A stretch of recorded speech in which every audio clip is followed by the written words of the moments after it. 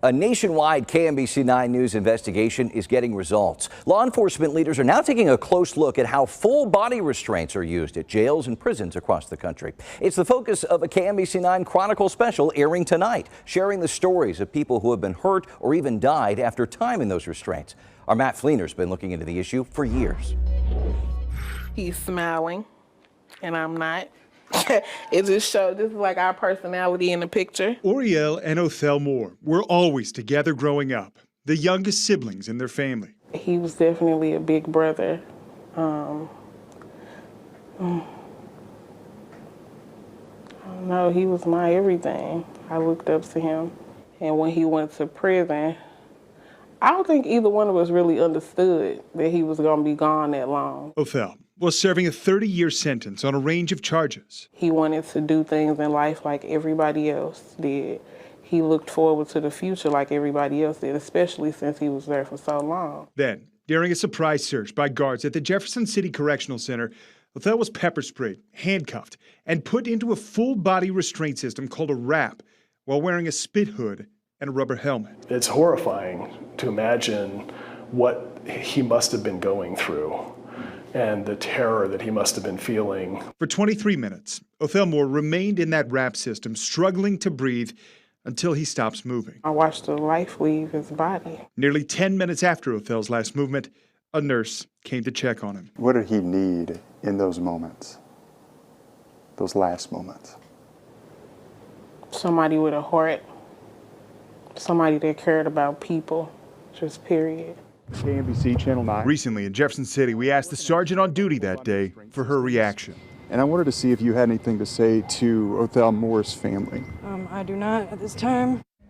In our KMBC9 Chronicle Restrained, Matt Fleener shares the stories of families and inmates deeply affected by these full-body restraints and what's being done to change policies and practices to keep people alive.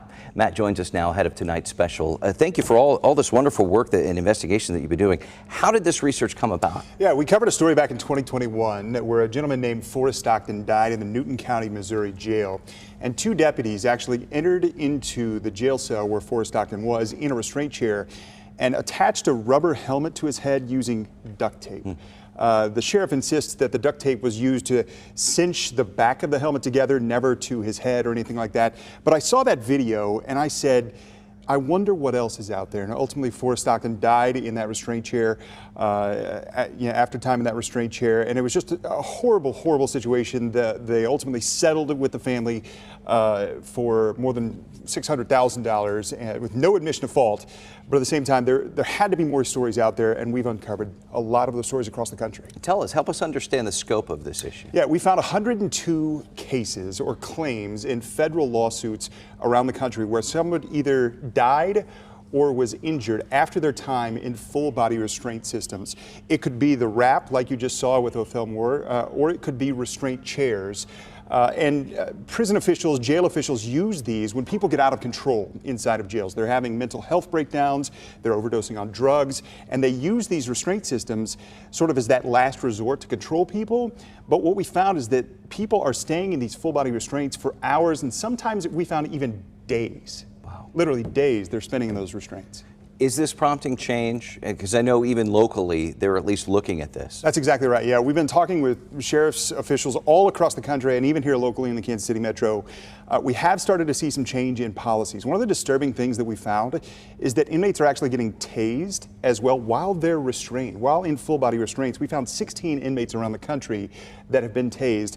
Clay County, Missouri has actually changed their policy, their full-body restraint policy, to ban taser use while an inmate is fully restrained. So we started to see a trickle effect.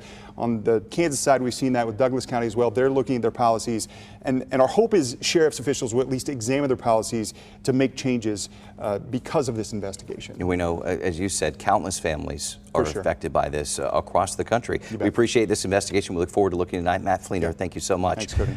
Don't miss our KMBC9 Chronicle Restrained tonight at 9 on KMBC9.